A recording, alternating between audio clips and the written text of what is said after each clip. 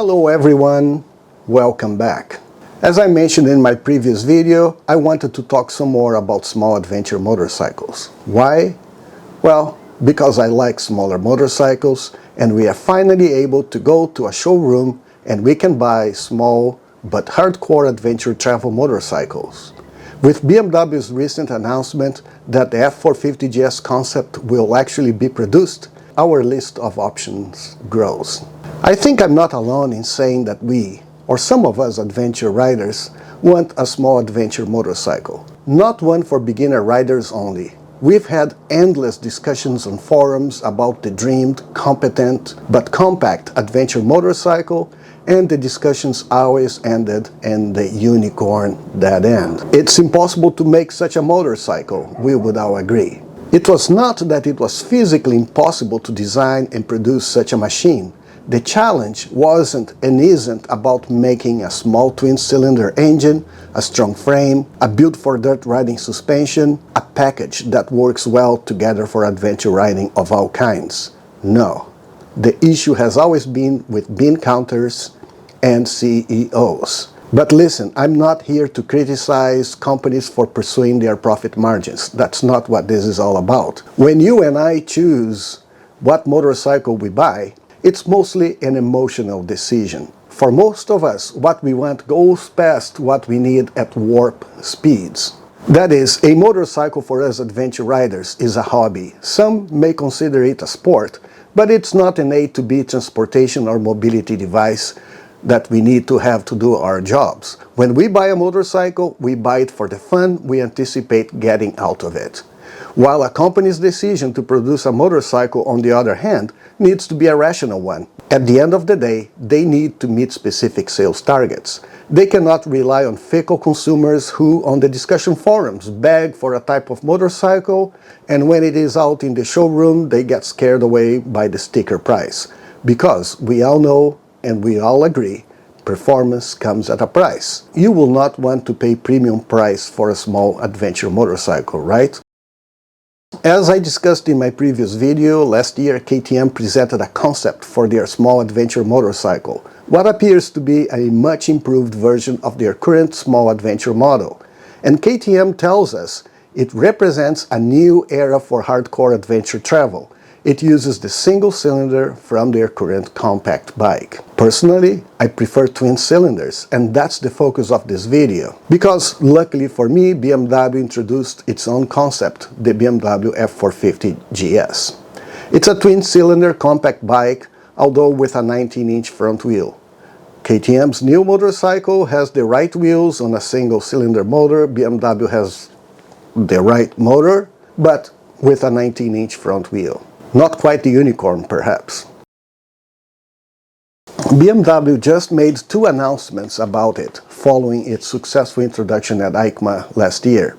BMW indicated it will be made in India and that a next generation of the concept will be available at the end of 2025, probably at the next EICMA show. It was not clear whether it will be a new concept, a pre-production version, or an actual production version of this motorcycle. Let's hope when the final version comes out that it is as good as the concept looks, and let's hope it performs as good as they said it would. Time will tell. While we don't know for sure what BMW will show us at the end of the year, in this video I'll cover some items I missed in my previous video, but more importantly, I'll speculate on 7 reasons why BMW decided to produce this motorcycle. How is it that it may be viable today? But first, let's get a few things out of the way. Whatever I present and discuss in this video, and that is valid for all my videos, is based on my perspective, which may be different than yours. I'm not an expert rider, I'm not a professional YouTuber, I'm just an average but experienced rider who loves riding on dirt, be it gravel, 2 tracks, nothing too crazy. At the most, I will need to go over some rocky terrain, and if that's the case, I would prefer to do that without having to slow down too much. So suspension is a key aspect for this desired motorcycle to perform well. My bias is for small motorcycles. 400 pounds is a nice goal to have today. And I also have a bias for twin-cylinder motorcycles. For me, That response to throttle input, what you get when you twist the throttle, is one of the most important characteristics a motorcycle has. Twin cylinders deliver what I want better than any other configurations of motors.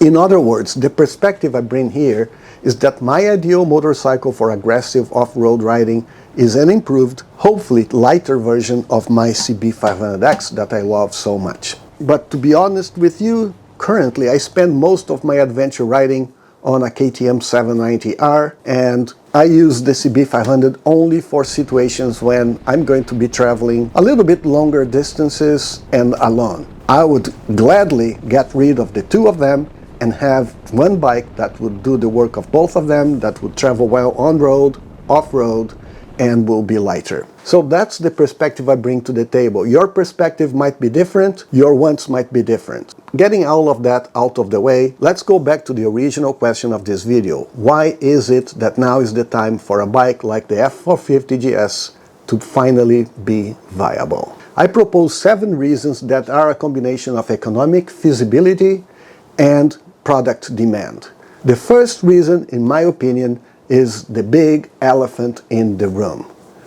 The CF Moto 450 MT or IBEX here in the United States. It shows that producing a small and serious adventure motorcycle is feasible. And judging by its sales numbers, because they can't make them fast enough, it shows there is a market for this size of motorcycle.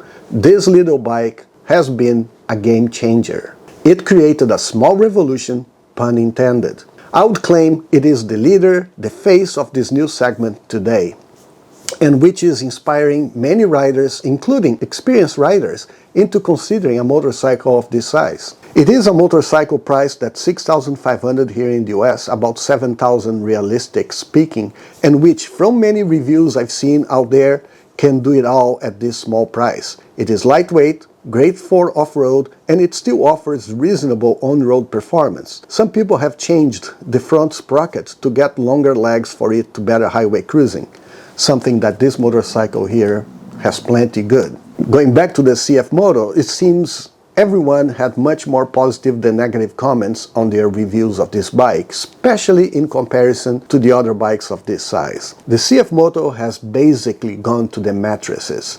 You give them one message, I want Salazzo. Now it's all out war, we go to the Some of the other families won't sit. They have steered the pot. It seems to me that they've heard what we've been discussing in the forums, what Honda, Yamaha, BMW, KTM, Suzuki, and others have ignored or have considered impossible to make. It became the new benchmark for others to follow. KTM and BMW, obviously, they don't want to be left out of this steered up and now growing to become a more serious segment. To do so, they need to offer something more serious than what they have been offering, street bikes styled as adventure bikes. It appears KTM and BMW's reaction by substantially improving their offering of small adventure bikes is telling of their need to do something to stay relevant in this small but growing segment. My second argument is that the adventure motorcycle segment is one of the few motorcycle segments that continues to grow. All boats rise when the tide comes in, right? The industry goes after its margins, so it has paid attention to the large adventure motorcycles that has been successful for more than 20 years.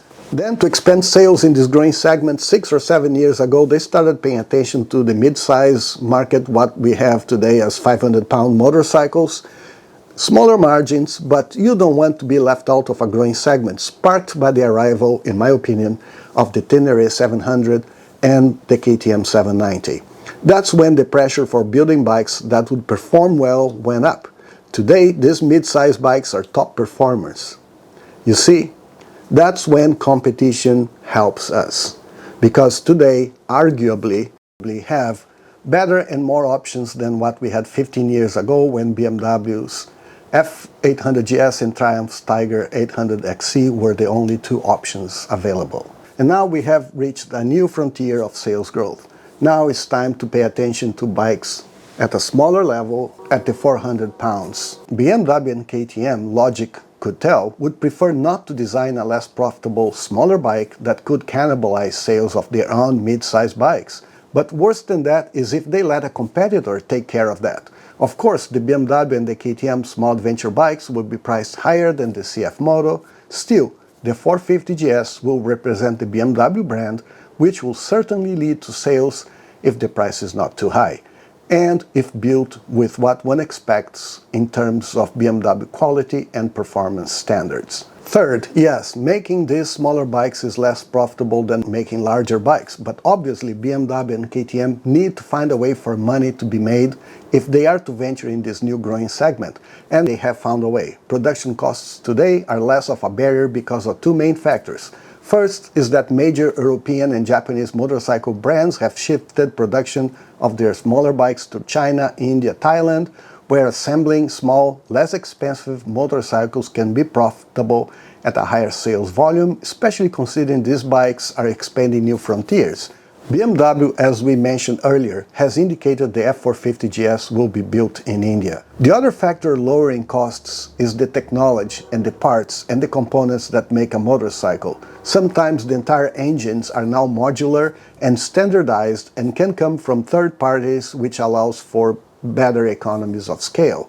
As an example, the engine of the CB500X here, this made in Thailand 471cc parallel twin motor, has great economies of scales, as it equips several Honda motorcycles for more than 10 years. The CBR500R, the CB500 Hornet, the CB500F, the NX500, the CL500, the Rebel 500, who knows what's next with this motor.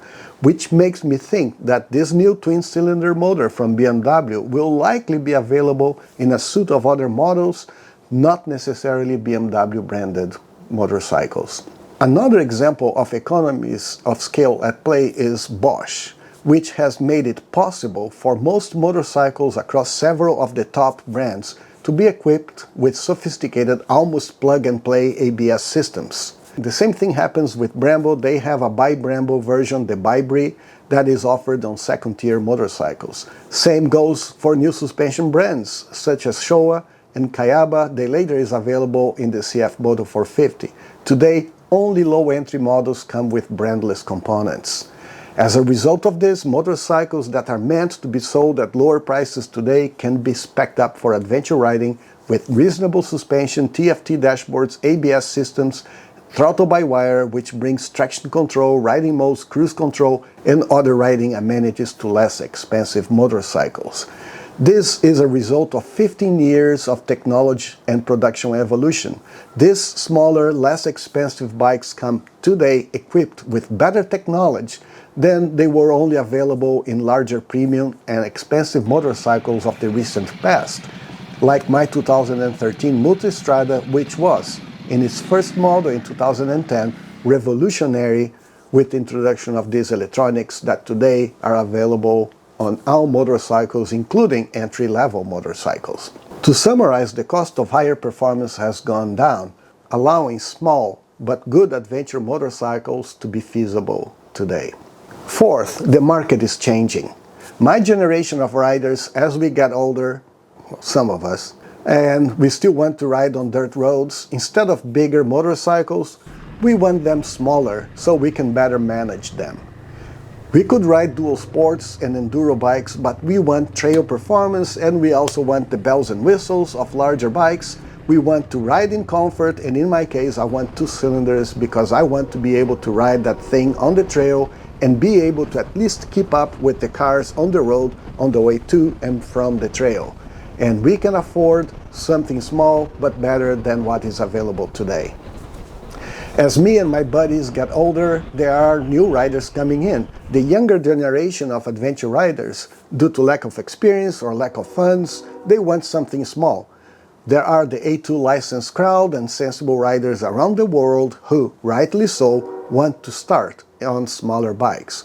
Who will blame them if they want something better than a dual sport or enduro motorcycle, right? Fifth, despite improving production efficiencies, motorcycle prices have been going up while most of us have stagnated purchasing power, which makes small beautiful all over again. Sixth, many of us have forgotten about Charlie and Ewan, who, in the wake of their adventures around the world, have influenced us to believe large adventure motorcycles was the way to go. Those memories of those adventures on large GSs are fading away. The younger generation may know who they are, but they may not know what they've accomplished in the motorcycle world. Without that bias, adventure riding on smaller motorcycles makes total sense. A well-equipped, large adventure motorcycle may lead people to think you are the king of the trails, while you basically are just taking it to Starbucks for a cup of coffee. On the other hand, the little adventure bike may be lacking that prowess. But who cares anymore about Starbucks, right?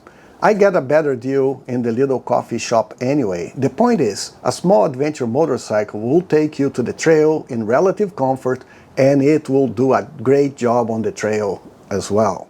Number 7. Last but very important, adventure riding is changing. We still have plenty of people riding the world on all kinds of motorcycles, from very small to very large. But a new trend has started with people riding backcountry trails that have been mapped in the United States and Europe. These trails have maps and GPS routes available to everyone interested in riding them. My guess is that eventually we will be able to travel around the world using the many backcountry routes that are being developed, connecting countries via dirt roads. Wouldn't that be awesome? These routes are popularizing adventure riding, but in a different way than what Ewan and Charlie accomplished 20 years ago. Just look at what bikes people are using on these routes. You will notice a difference. These routes are mostly two-track roads. Some have several miles of technical segments, which makes these small adventure bikes a better choice than larger bikes. Depending where you are and what trails you ride, you still need to travel on pavement to get to the starting points of these routes, making these small adventure bikes a better compromise than dual sport or enduro bikes. Okay, I may have missed other potential reasons, or what I brought up could be explained in better terms, but this is enough to start a conversation about where we are now, and why now is the time for these concepts for KTM and BMW to show up. Why is this the beginning of a new era for hardcore adventure travel as described by KTM? Such a marketing strategy is a preview of what's coming. Other brands will join the fray, I'm sure. Please let me know your thoughts in the comment section below. Hopefully, when we talk again about these bikes, we will have more updates from BMW on the F450GS development, and hopefully in 2026 we will be able to test ride it. Thank you for watching this video. Please give it a like, subscribe to my channel, give me a suggestion of topics you'd like to discuss, and maybe I'll see you on the next video or on a trail somewhere.